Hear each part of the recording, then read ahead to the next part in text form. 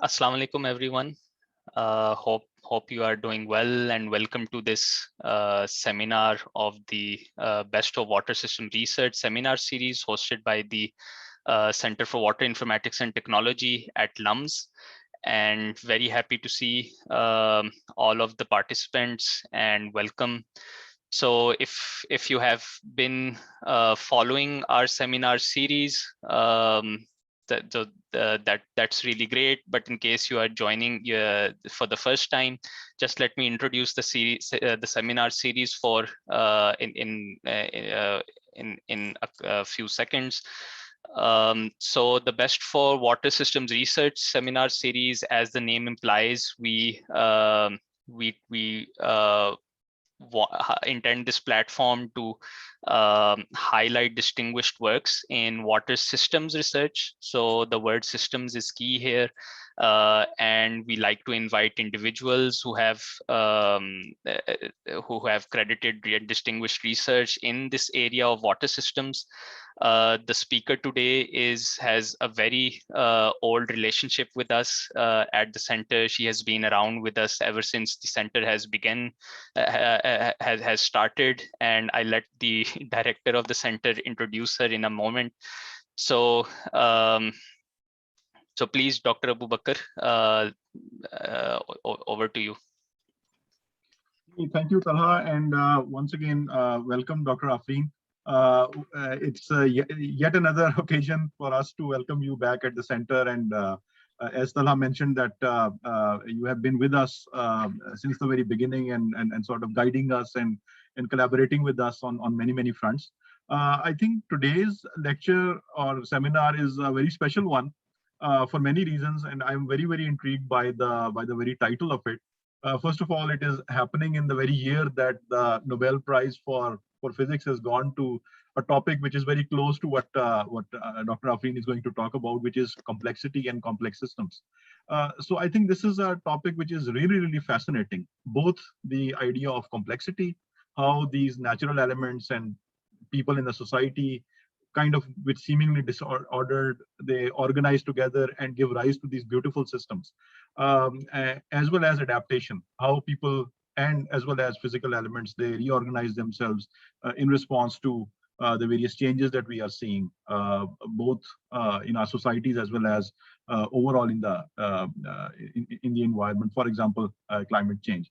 And I think this topic is very beautiful in the sense that not only it draws people to it because of the immense importance of it, because we do want to understand the complexity for of course the end benefits and the end users, but because of the very beauty of the subject itself, because it relates to living systems, it relates to all of these fascinating ideas of 21st century, where this whole idea of complex adaptive systems, of complexity, of system science, how these building blocks are actually coming together and sort of giving us these tremendous insights. So for all of those reasons, I welcome you, Dr. Afreen, to enlighten us on this very unique and very timely kind of an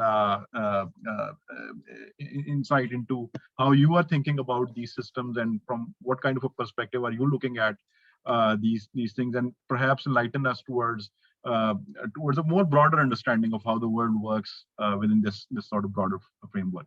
So over to you, Dr. Afreen. We are looking forward to your talk.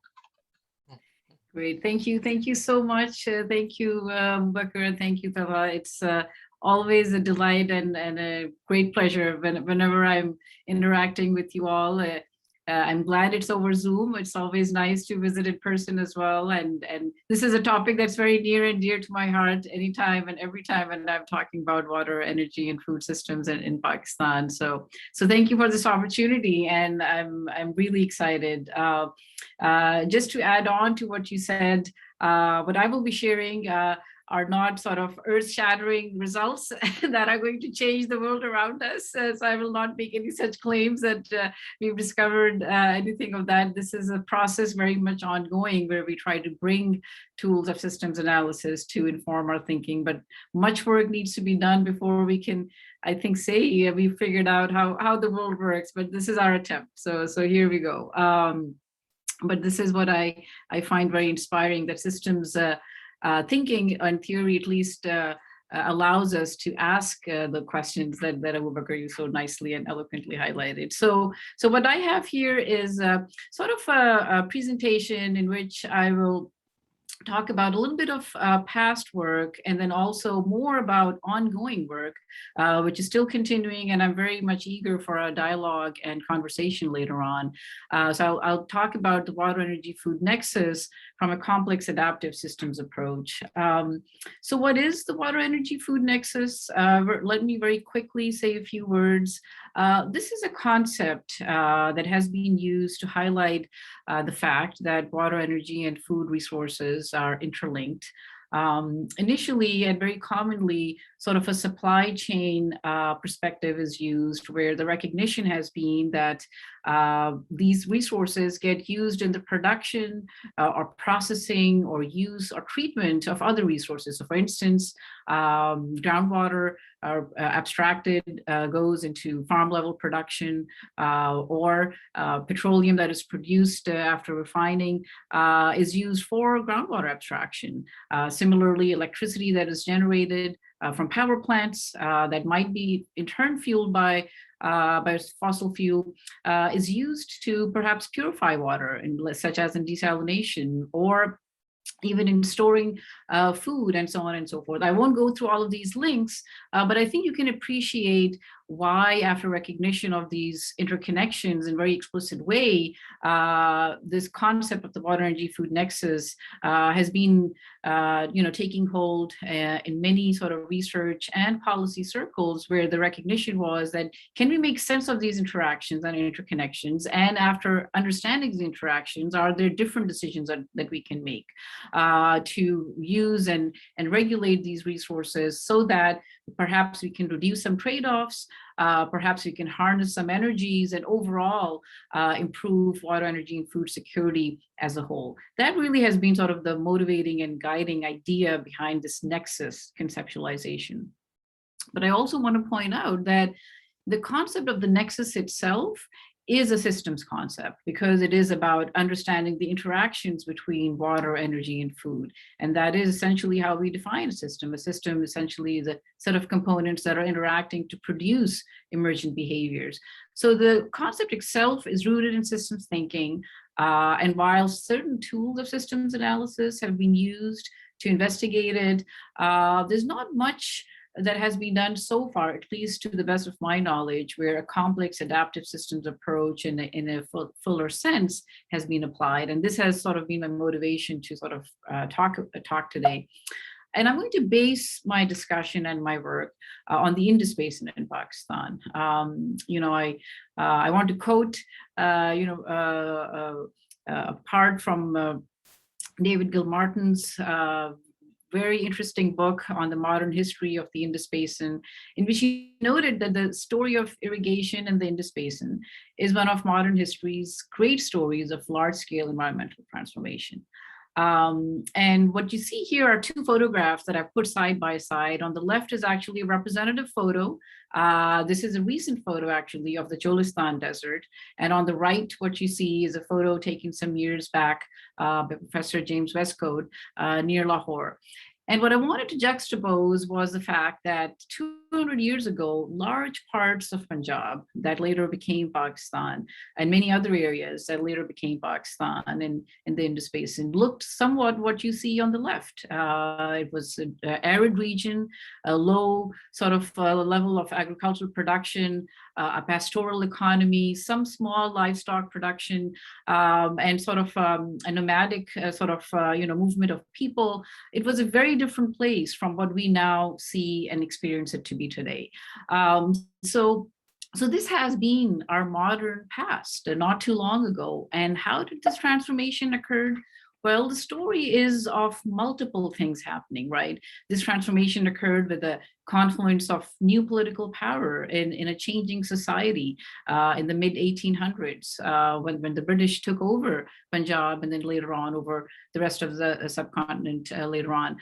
Creation of new institutions, both informal and formal, rules and policies, new knowledge, a new construction of infrastructure for agriculture, water, and energy. And what you see here is sort of a timeline of different canals that were built and constructed over time by the British. And then later on, after independence, there was a series of other additions that were made in the infrastructure.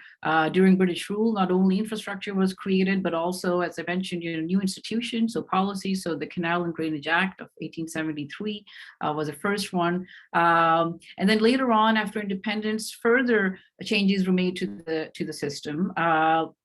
Following the Indus Water Treaty, which is again was a major institutional shock to the system, where now the waters of the river of the basin had to be partitioned and rules of use were enforced. That led to another sort of spate of construction activities that were funded as a result of the treaty. And you can sort of see this really massive expansion over time, not only just in hard infrastructure, but also in rules and regulations later on in 1991, finally, right towards the end of the 20th century, we get the Interprovincial Water Accord, which sets up rules on how provinces are going to share the water. And then organizations and institutions are created to sort of regulate and manage these new rules. So you can appreciate that a lot has happened in the recent past, right?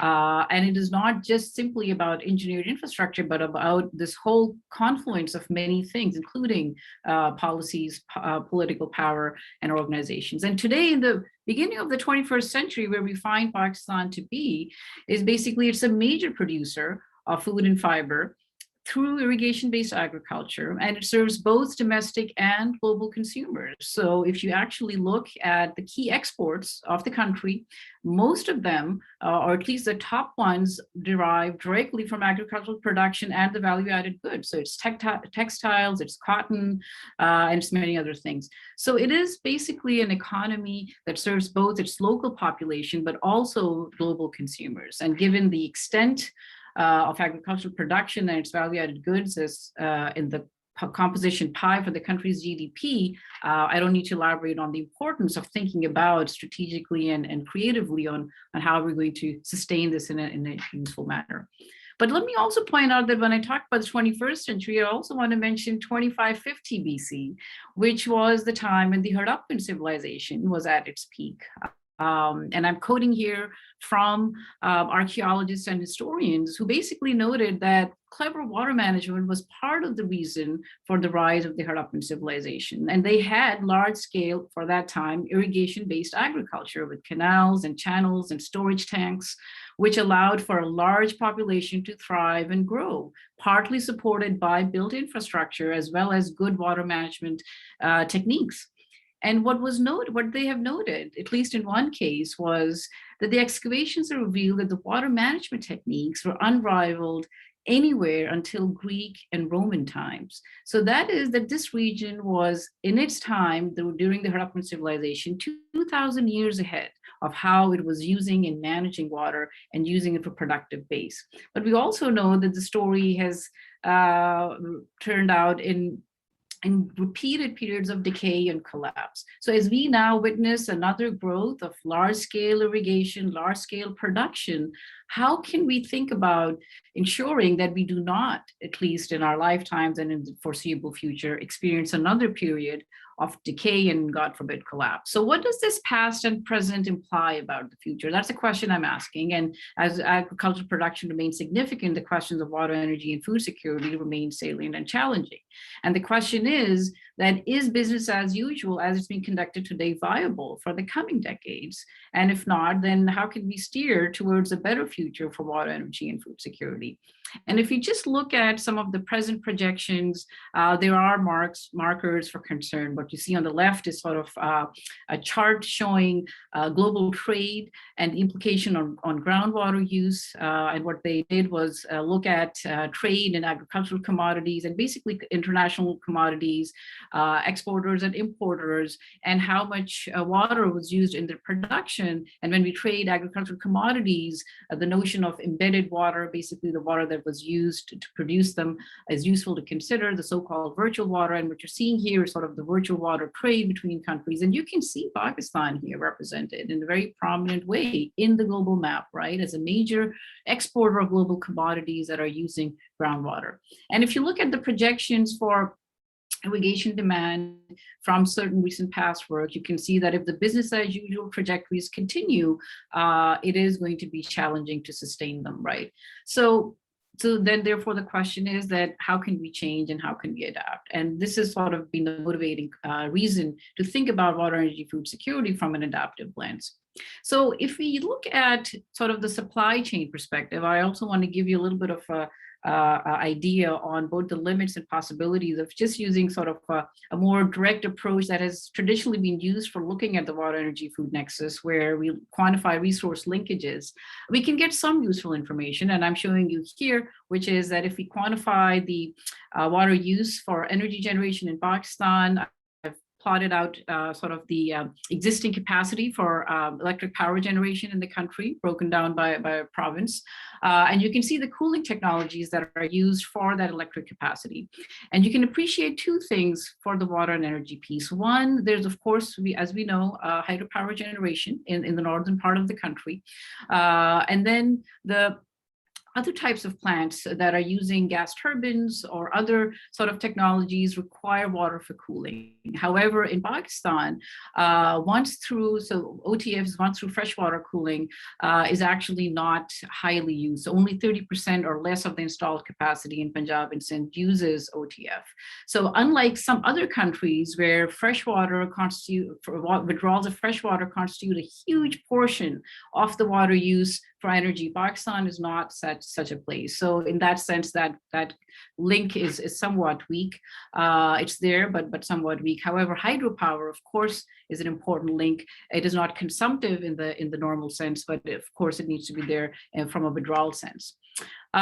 If you look at the other side of the coin on energy use for water provisioning, some of the big questions are for agricultural production, right? A lot of the water is used, pumped from the ground for agricultural production, and some past work. We did studies to examine, to quantify this link, and using some bottom-up modeling of essentially looking at agricultural farm machinery from census data, using other data as reported in other literature, and some energy models that were made for Pakistan. We estimated what was the energy consumption for agricultural production in Pakistan. This was using the best available data at that time, and our analysis showed that it was actually much larger than what was reported.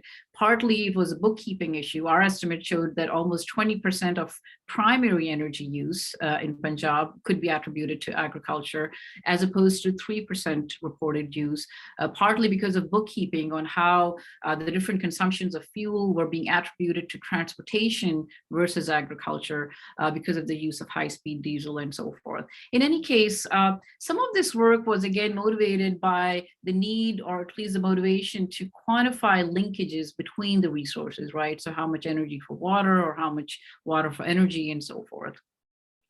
Very quickly, just to close the gap, or just to close one more piece on energy for water, what I'm showing you on the right is the urban case, which is desalination in Pakistan. So what you see on the right are sort of a plot of desalination plants as reported in the best available data resource that I could find. And you can sort of see that reverse osmosis capacity was installed around, sort of early 2000 or so. Most of this is for industry and municipalities, and a little bit of tourism as well. Industry includes the food and beverage companies, so bottled water production sort of facilities, and as we all know, bottled water production has expanded considerably in Pakistan in the past 20 years or so. That requires energy. Now, most of the technologies that are installed are reverse osmosis, so 96% of the capacity is reverse osmosis, but nonetheless, here we can sort of appreciate the need for energy to treat this water water, to purify it, and so forth. So all of this is useful. And there are these studies that have been done for other countries and other regions to try to put numbers, so to speak, on the links that I showed you earlier. And they're useful. That can then be used in later systems analysis for optimization and so forth. But they provide sort of, in some sense, I would argue, a particular static picture, right? What they allow us to do is to, we can quantify the resource use intensity that can inform some cross-sector policies. We can identify some points of intervention if we see, there's a lot of one particular type of resource use going into the production of the others. Linear optimization is a useful method that has been used to help identify these trade-offs. However, when we use a complex adaptive systems approach, I argue that we can ask a different set of questions related to goals and regulations, questions related to structure of interactions, the dynamics and adaptation. So it's not to say that the complex adaptive systems lens is the only approach. In fact, I would say that it's a different approach that allows you to ask a different set of questions that I argue are also important to consider. And here, what I'm showing you is sort of a conceptualization of how we can think about conceptualizing the world using a complex adaptive systems approach, where we have a number of interacting components, humans, agricultural components, environment, built infrastructure, technologies. They're interacting in different ways within some particular system boundary that we choose to define for the purpose of our analysis. And we study what happens with through these interactions over time. And we can use certain results of modeling and analysis to get at system level properties, and it's for get guidance on potentially intervention. So this is sort of the framing that I find useful in thinking about complex adaptive systems, rather than sort of a static resource intensity used approach that has been common in looking at the water energy food nexus. So when we talk about complex adaptive systems, I do want to take a few minutes to mention some researchers that I feel whose work has really informed our thinking and our work. I'll start with Robert Wiener, pioneer in controls theory, and he came up with a lot of ideas that are now used for servo mechanism design, but then also later in thinking about social systems as well. Ludwig Bertalanffy, who tried to come up with a general systems theory. He was a biologist, and he tried to use mathematics to describe biological systems, and was making an attempt to come up with universal principles that could apply to many different systems. Didn't really quite get to a general systems theory, but you can sort of see the motivation and the ideas that prompted some of his work. Herbert Simon, who was, both an economist and a computer scientist. So he won the Nobel Prize in economics and the Turing Prize. So he was really a visionary thinker in some ways, in the sense that he really put forth some interesting ideas for complexity theory on hierarchical systems, modularity, and so forth. Jay Forrester, who is credited to have created what we call now systems dynamics, a particular term of using controls theory to apply for social systems. Jay Forrester himself was a electrical engineer and worked on control systems in early part of his career, and then later on taught at MIT for several years, applying control theory to model social systems. I think any conversation when we're talking about water, energy, and food would be incomplete if we don't talk about ecologists. And Howard Odum was a famous ecologist, made seminal contributions in thinking about ecological systems from a modeling, simulation, mathematical perspective. Some of his work on energetics of food systems were original and highly influential. And then, of course, I do also want to mention Elinor Ostrom, who was a political scientist and came up with a number of useful ways of thinking about self-organized systems, polycentric governance, how she called it. And she actually, in some of her work, applied ideas of complex systems and complex adaptive systems in informing her own work and coming up with her proposition of how how to regulate resources that are used by people. All of these people are from the early 20th century, and this is by no means a comprehensive or a complete list, but I just wanted to show you sort of the breadth of disciplines and backgrounds that people have come from and have brought their ideas from their respective fields to come up with what I would now call sort of, broadly systems research, where people have grappled with ideas at what are good ways in which we can understand our world, model our world, and get insights for interventions. And the systems have changed from not just mechanical and physical and technological systems, but also to include people and institutions. Okay, so let me take a quick sip here. So building from some of their work, I want to share some work that I've initiated, and I would be very much interested in getting your thoughts and feedback. The first is an approach to use all the different pieces or components, so to speak, that we know are important in driving and explaining system behavior into a single framework. And in this work, I will share some new work that we have developed on using a graph theoretic approach for modeling and describing a system.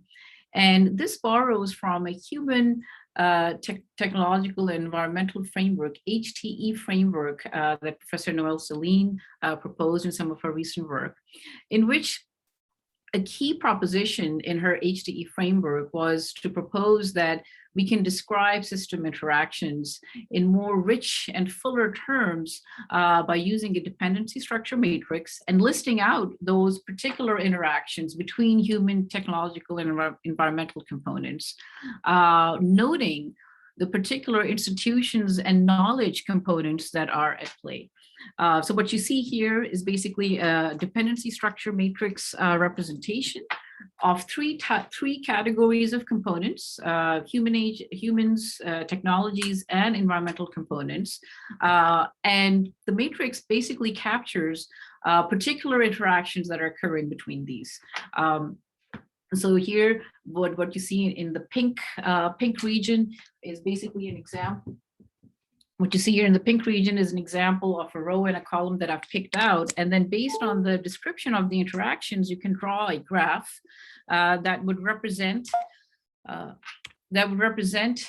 particular information in the dependency structure matrix that you see highlighted. And what you see on the links that are connecting the particular nodes is an indication of the particular institutions and knowledge components that are mediating or influencing that interaction.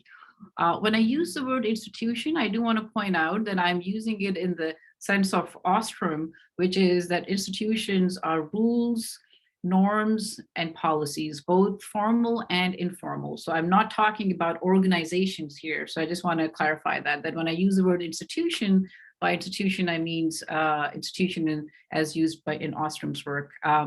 Okay, so now what this allows you to do, I hope you'll appreciate, is actually a useful and a complete description, right? We're bringing in humans, technologies, environment, knowledge, and rules of interactions all together in one sort of a representation, which I think is useful if you really want to get to sort of an understanding of how how things actually work. And then when we put it together, now we can start to represent, so to speak, a system through all of these elements in a graphical form. So what you see on the right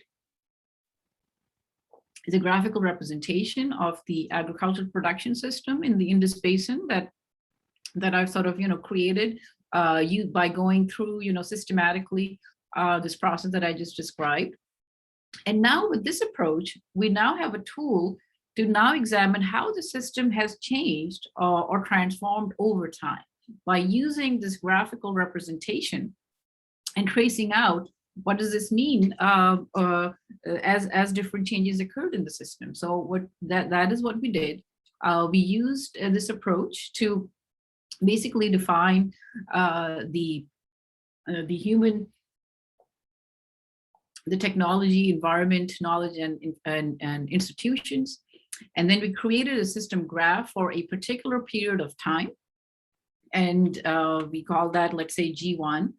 And then what we did was to examine, well, how did the system change after a shock? And the shock could be anything, right? It could be an institutional shock. It could be a technology shock.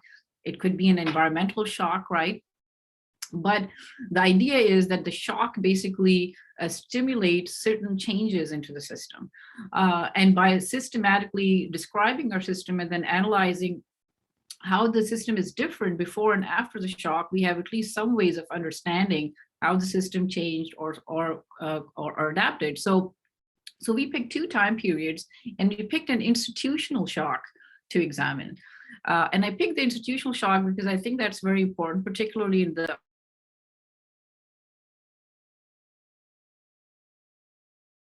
sorry about this.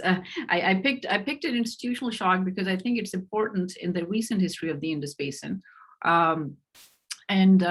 We looked at 2 time periods. One is from 1947 to 1959, and the other, excuse me, and the other is 1960 to 1977.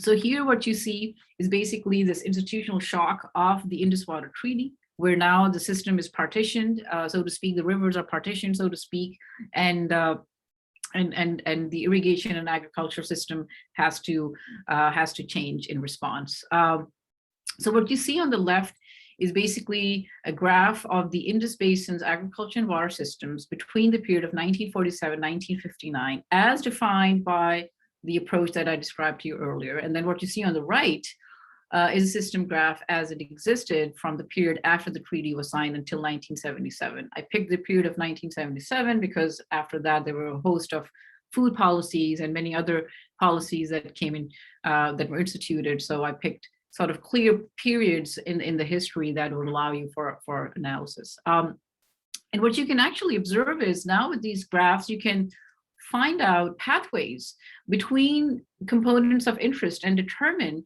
what were those pathways like, and can they tell us something about how the system was changing? So what you see is an example of essentially a pathway that connected state officials or government officials to groundwater. And what you see is that pathway changes between the 2 periods, 1947 to 1959. This is sort of the early period. There is, some irrigation infrastructure. The country is sort of, forming its economy after partition. Typically surface irrigation has sort of, continued to be used as the dominant way of irrigating the crops. And the problem of salinity and waterlogging has been rising. So this has started to appear even, during the end of the British time. This had started to become an issue. Later period, 1960, 1977, what we find between the same 2 nodes, now we actually find different nodes that are mediating that relationship. We find the presence of groundwater extraction machinery. We find sort of a more direct link of technology that is now mediating the connection with groundwater aquifers. There are a lot more details to unpack, which I won't get into here, but I just wanted to highlight to you that a graph-based approach can at least be used to describe how the system has changed and even quantify the changes. So what you see on the left now is basically the centrality of different nodes in the periods, and simply ran sort of a graph centrality measure for each of the nodes and sorted them out by importance. And what we find are, not surprisingly, the large farm irrigators hold a central position in the system that we described. But in the first period, we can notice that there is a change. So previously in the first period, there are large farmers who are dominant. Environmental components are prominent. This is the issue of salinity, waterlogging, and irrigation. And that changes in period 2, where the federal government and irrigation officials are now assuming a greater role. And small farmers are also increasing in centrality. because they're improving the production. A lot more sort of land is now being brought under cultivation, and many other things. There's a lot going on here, but in the interest of time, I just wanted to show you that just using sort of a graph-based description and using graph centrality metrics, one can start to begin to, in some ways, quantify the system change in a more holistic and complete way, rather than just looking at a very narrow part of the story. And what you see here also is on the right is this normalized between a centrality shift measure that we defined to really look at, so to speak, the change in the system, how it actually, sort of evolved during the two periods. And what you can see is, that the water and soil sensing equipment, reservoirs, farming tools, and machinery, these are the ones that undergo the major shift. Why? Because after the treaty, there was a host of building activities that happened in the region, right? So a lot new canals are being built, new reservoirs are being constructed, right? That's when now all of this, starts to happen, and you can see this through the quantitative analysis. Now, if you think about the narrative, yes, we know all of this happened from history, but what I'm trying to show you is that when you actually use a graph-based representation and then do analysis, this history comes to you just by running the numbers and running these metrics. And to me, that's sort of a promising sign that we can now, sort of use this approach to perhaps, test out many other periods, increase our understanding, and perhaps even get guidance for future strategy. So this approach was really to examine how good, if at all, is a graph theoretic approach to begin to understand the system as a whole, rather than just using a narrow scope, really bringing in the whole aspects of humans and policies and technologies together. And at least to the extent that we have explored this now, we find that this is actually a promising approach that we will continue to develop and expand. So these are some early results using this graph theoretic modeling to really understand the story of what has happened in the past and what may play out into the future. Okay, now let me quickly, touch upon a couple of there are two other pieces that I want to highlight, and then I will leave time for discussion. So the graph theoretic, approach and modeling and looking at pathways and interconnectivity has been very sort of exciting and interesting to explore. What we're also doing is sort of using an approach where we are using agent-based modeling, so much more lower level sort of a description of the system at the agent level, and examining social outcomes as dictated by infrastructure design. Now, agent-based modeling has a long and rich history. It has been used for decades by political scientists, by economists, and of course by other systems modelers to examine evolution of strategies, evolution of social behavior. So it's a very promising approach, but what we've tried to do here is basically combine three different things together. One is the role of the design of the infrastructure. So what does that do in dictating the behavior that people will choose to adopt?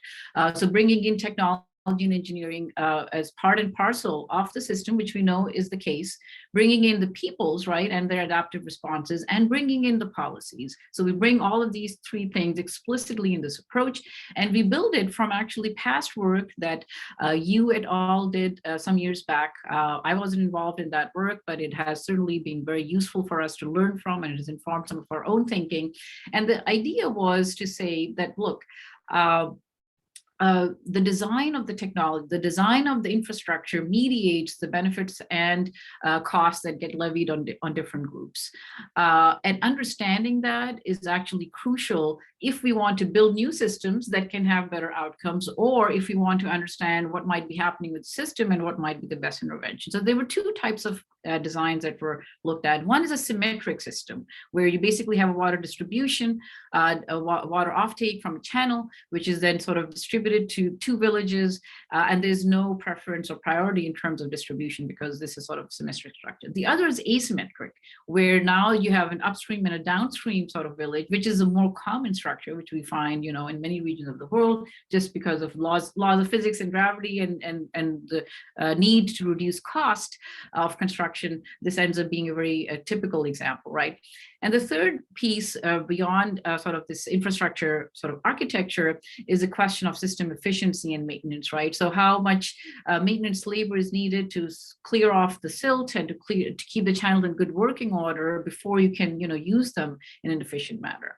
And depending on the need for the labor, the efficiency will be different. Some of the cases, the epsilon might be small. Some of the cases, epsilon might be large, but it shows how much labor is needed before you can efficiently use the infrastructure. And that is also going to have a bearing on the social outcomes because it levies a demand on part of the people to either maintain it or pay for its maintenance. Anyway, so we have used this sort of conceptualizing approach as a starting point, and we use starting off with, we use 2 types of behaviors. One, those who are rule compliant and those who are rule violators. And the rule compliance are compliant ones are those who are using the surface water and basically paying either by their labor or by fees for the maintenance of the infrastructure. So in Pakistan context, think of it as Abiana, think of it as whatever other, fees that might be there so that the infrastructure can be maintained for everybody. But then there are rule violators who are simply using the water but not paying their due share. Okay, so these are those who continue to use and benefit from the system but are not paying into its upkeep and maintenance. What also, I'm sorry, let me bring this up as well. What also is modeled are basically costs for rules enforcement. So this is the role of, I guess, policy enforcement, where, there are some costs that are incurred by those who choose to enforce the following of rules. So those who may choose to collect Abiana or, or engage in activities that will compel the others, to sort of pay up their fair share. There is a cost that is levied on those who engage in that. And then, of course, there's some tolerance for violation. So this is to reflect the reality in society that, only after a certain level of violations will people perhaps be driven to act, and many other things. So overall, what we use is sort of this payoff approach, which is commonly used in agent-based modeling. What we have done is actually created an agent-based model from an original systems dynamics model. So in published literature, this was a systems dynamics model, which we adapted to an agent-based model. And we have been using it to begin to explore what would this mean in this context for a asymmetric surface distribution system, along with the option for adaptation, and the adaptation being either using a groundwater or perhaps even some other adaptive response. So let me quickly show you some initial results. What you see on the left, on the right, are the results for the symmetric and asymmetric cases. And yellow is basically good. So collaborator density, meaning, the proportion of villagers in a farm that are, playing by the rules and paying their due share. So the bigger the yellow region, the better the overall you are, but you can sort of see these dark blue regions and yellow regions. In the interest of time, I will simply say that what we find is that, what you see here is basically starting off the initial condition. So the proportion of collaborators or rule followers in each village, and how that proportion basically ends up being, which is the color on this plot, after we run the simulation and the agents have adapted and chosen their sort of best behaviors. In this simulation approach, we actually allow agents to, switch their behaviors over time, depending on how they see their payoffs to be. So if they find that, their strategy isn't working and they could have used a better strategy, they might switch from being a rule violator to a rule compliant person, and vice versa. So they can, constantly switch between those. But here we're sort of showing you equilibrium conditions, in which what we find is in the symmetric case, initially when the people are following the rules, in most cases, they will continue to follow the rules if you have a symmetric system.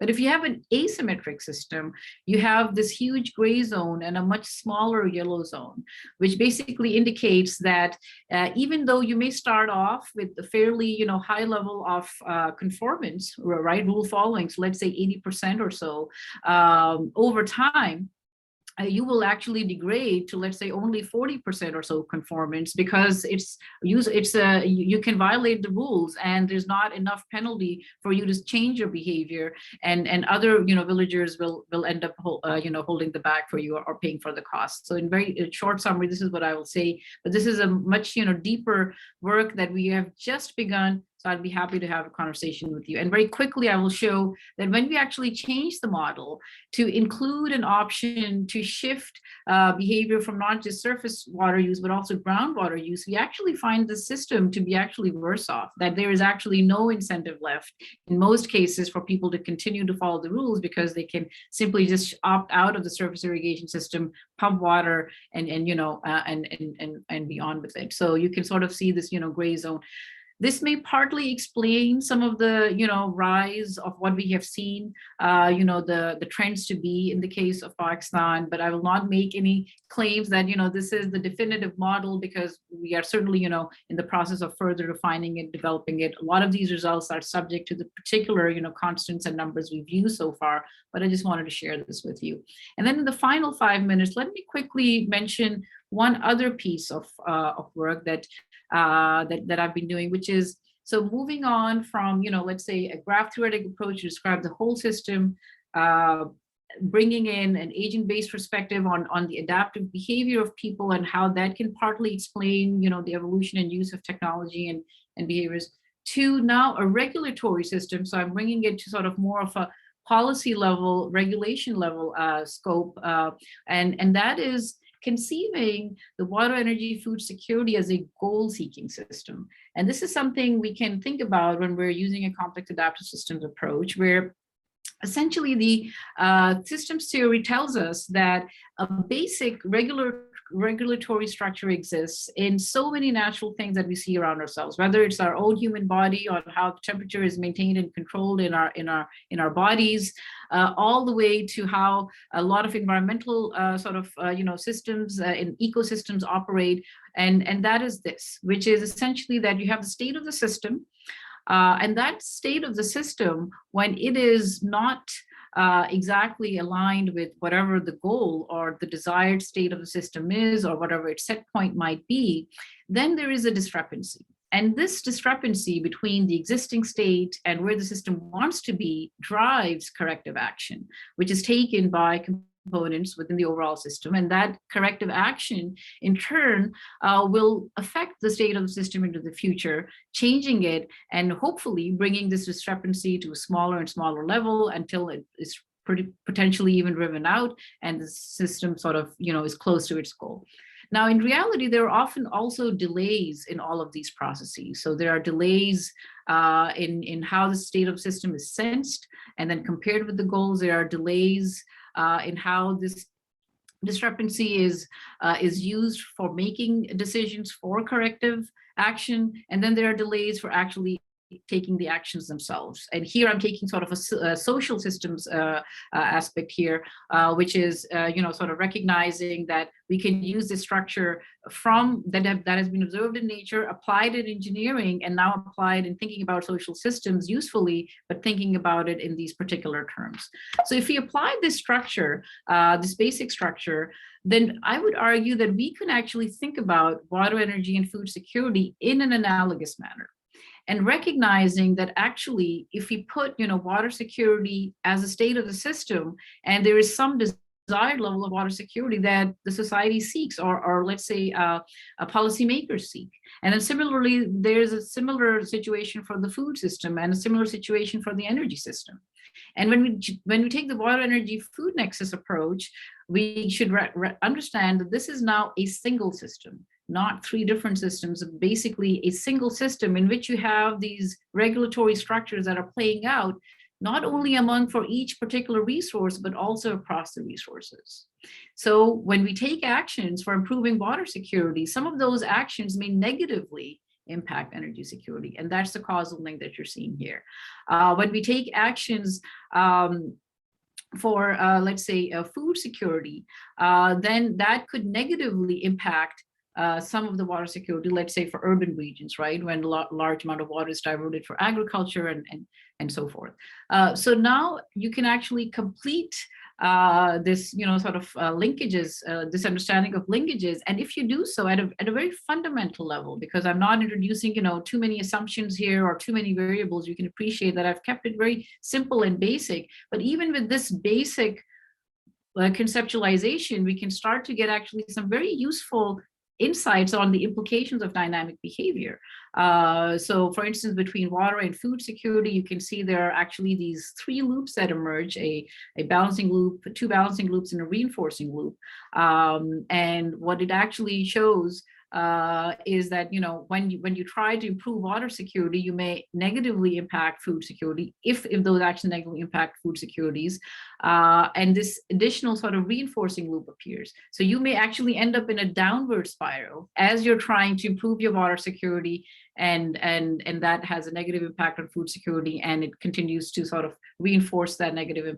So in the interest of time, I just want to show you that, just using sort of a simple systematic approach, a regulatory approach, we can begin to get insights on what the implications might be if these causal links are at play. They might not be in all situations and in all regions, but if they are at play, then what would that imply for the temporal behavior? And then using this approach, where I've showed, sort of this regulatory structure into sort of a physical representation, and how we, in some cases, understand it in engineering systems, a controlled process, sensors, controls, and actuators. How can we translate this into thinking about organizing our regulation of water, energy, and food for the case of Pakistan? What I'm showing you here is sort of a conceptualization of basically provincial scale, because now the provinces are in charge for these key resources, of organizing how they exchange information, regulated, and whether all the necessary structures, because control theories say that if you want to be able to regulate, you need to have these four things: a control process, a sensor, controller, actuator, all linked and operating at frequencies and exchanging information so that the system, can tend to the goal that it's set, right? Are we operating at the frequencies on these links? Do these links even exist? And are all of these components present or not, is the question one can ask. And what you're seeing here are dotted lines that I've drawn, showing that some of these goals are actually missing. They're implicit, they're not explicit. So that's what I'm sort of representing here. Some of these components might not be fully there, and some of these links are clearly missing. So we have incomplete regulatory structure, so to speak. We don't have a fully functioning regulatory sort of structure in place that we have found from at least control theory to be important in achieving system goals. That if we want to achieve those goals, that structure should be present, it should be complete, it should be operating at a particular frequency. We can start to examine that on what is the state of our system today, and what might be needed to make it efficient so that we can achieve the goals of water, energy, and food security. So I will end here and simply say that, the story has played out in some ways a marvelous fashion of how the environment has changed in Pakistan. And my hope is that, we can shape the next chapter for ourselves and for our future generations, hopefully for sustained and enduring well-being, and use our insights and actions today for shaping the future in that way. So I will end here and happy to take questions. Thank you. I went a little over than I intended to. Thank you, Dr. Afreen, for the wonderful talk as per your usual specifications. So just because we're pressed for time, let me read out the questions. So for all of the participants, if you have a question, you can use the Q&A button that you can see in your Zoom panel underneath at the bottom of your screen, and just type your questions in, and I will read them out to Dr. Afreen. So the first comment that we have is coming right next door from you by Dr. Andrew Bell. So the question is, How is cost for pumping handled in the case that groundwater access leads farmers to step out of the surface water sharing? Yeah, so the cost is included right now. So we have some, constants that we are using. It's very static, so we're not using any, sort of physical model to account for, the depth of the aquifer and actual energy use, anything of that. So there's a fixed cost for drilling in a well, and then a fixed cost for using it. I'll be happy to share more details later. But the short answer is that we don't have a physical aquifer model that we're using to account for that cost. It's basically static. So everybody has the same cost and so forth. And also, I do want to, again, clarify that, there are particular constants and particular parameters that provide the results, right? So I do want to caution people from overly generalizing it. Okay, thank you. So while we wait for more questions, maybe I can venture one. So yeah, so in the graph theoretic model that you built in the in your work, you showed this graph of centrality, but the graph that you made was directed.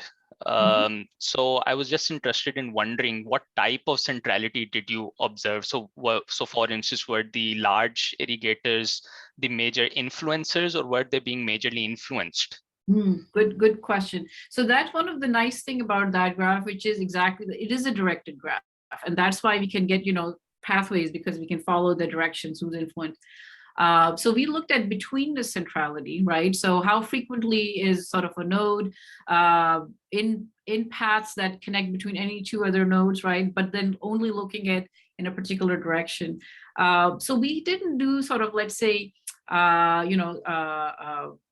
look at it from an influencing or sort of a being influenced perspective necessarily. But what we looked at was what is sort of the only looking at sort of the between the centrality. Let me bring up the screen actually here, so that might be better. Do you see my screen? Do you see my? Yeah. Right. Okay, great. So here, what we had was essentially just looking at the maximum centrality levels. It's not normalized here, by the way, right? So in one particular graph, what is the node that has the largest centrality, and then just sorting it out, and this results from basically the way we defined the DSM, right? So H2 are the large farmers, and what we defined for their interactions was that they're interacting across many different types of components. They're interacting with small farmers, they're interacting with industrialists, they're interacting with government officials because they are producing large enough crops that they are interacting with industry. That's why they're interacting with technologies, which some small farmers at that point were not. And they're, of course, interacting with the environment. So they end up being, very sort of influential and important nodes in the overall graph. And that is what sort of our centrality measure showed when we actually run the calculations. And then later on, when we populate this DSM for other periods, what we found was that other players also start to become important, such as small farm irrigators, who actually started engaging in livestock production as well, and engaging with the industry. There was a whole evolution of leather industry that happened in Pakistan, which was actually using it's a whole, sort of a whole story on how the industry and agriculture interaction started to emerge after partition. And that is why we started seeing, some of the other players started to become important and their roles. So in the interest of time, I won't get into that, but I hope this partly answers your question. Yeah, sure. And just very quickly, so I noticed a self loop in one of the nodes. Yes. Is that illustrative, or was there actually a node with a self loop, and what does it mean? So these are the self loops, right? So basically, but when the diagonals are populated with an interaction. So here, the interaction for large farmers was that they actually interact with each other to lobby government officials for policies that would be favorable for them. They interact with each other to actually coordinate, sort of action. So there is, sort of interaction going among this group of people. And that's what that self-node is capturing. And you can sort of see this institutional link, I5, which is the institution was actually for water sharing and so forth. So exactly. So it is deliberate and it is there. Mm-hmm. All right, thank you. So let me hand over to Dr. Abu Bakr for any remarks that he might have before closing off. Again, it's a fascinating talk, and seeing all these very, very sophisticated tools that we normally deploy in sort of analysis of engineering systems and now being applied to these socio-ecological systems, this is really, really, really fascinating. Kind of reminds me a lot about systems biology and the kind of direction that the computational and system biology has been going in the last maybe a decade or two, and perhaps within our community, we need to pay attention more to many of these tools, which can be very, very useful. One thing that I would probably want to sort of again just comment on, and because you mentioned Norbert Wiener, and Wiener was very sort of self-checking in the sense that he wrote very explicitly that if you are going to apply some of these feedback control like kind of conceptualizations to social systems, so we have to be very, very, very, very careful. And if I had the time today, and since we are over time, I would have asked Dr. Afreen about, I mean, it's very, very clear that some of these interaction diagrams of these causal effects, these structural properties are very good to look at. But once you start to go down that road, one starts to wonder that if you can think more about like robustness and stability and these kind of notions, and without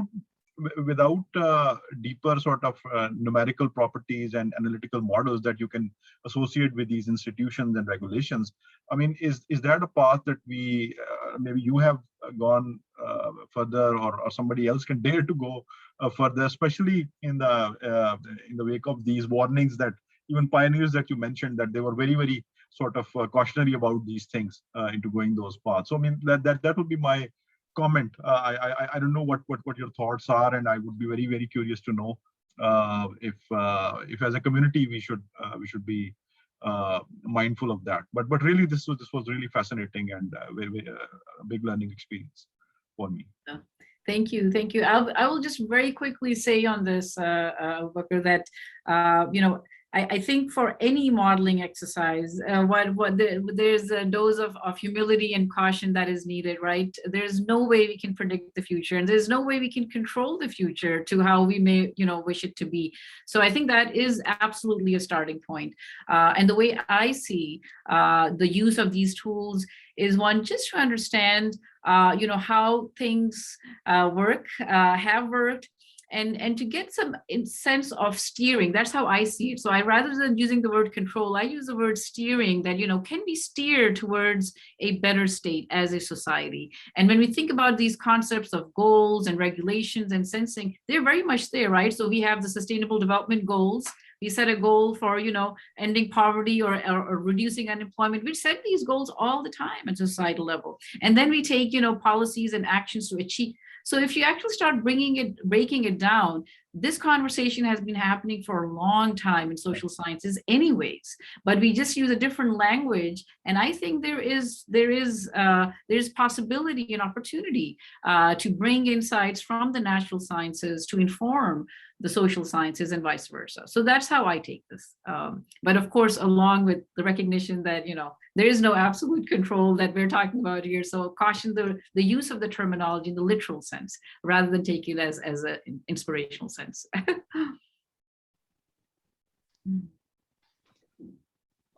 Okay, so I'm afraid that we have to end now. We're already a couple of minutes over time.